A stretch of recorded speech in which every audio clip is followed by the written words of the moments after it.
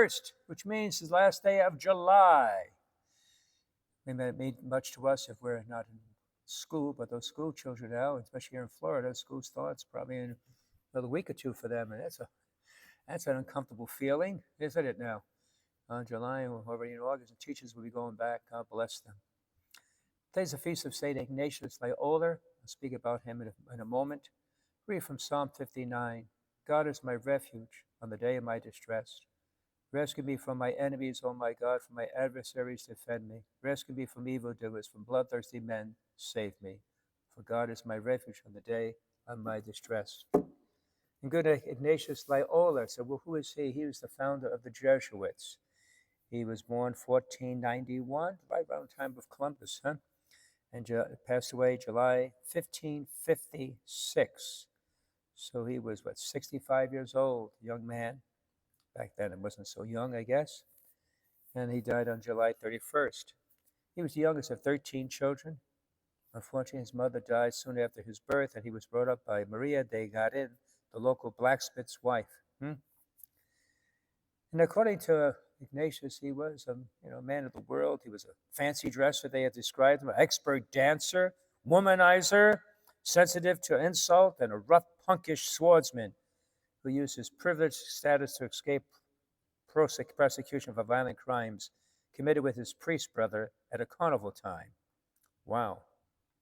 One time, upon entering a Moor who denied the divinity of Jesus, he challenged him to a duel to the death and ran him through with his sword.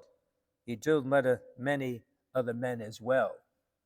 So this is one tough character. But then he met with a setback. A cannonball ricocheted off a nearby wall, shattering his right leg. From then on, he walked with a limp. He returned to his father's castle in Loyola with nothing anesthetics, and he underwent several surgical operations to repair the leg. Imagine the pain, having the bone set and then re-broken. In the end, these operations left his right leg shorter than before, and so he would limp for the rest of his life, as I stated, and his military career was now over. But anyway, to while away the time, he asked for something to read, and all they had was books about the saints in his readings. Anyway, he began reading about the saints, and he was inspired by them. He said, wow, these saints like St. Dominic can do it, then why can't I? St. Francis he read about. And so from there, he had this life change. And he founded perhaps one of the greatest religious orders in the Catholic Church, noted especially for their education in their schools.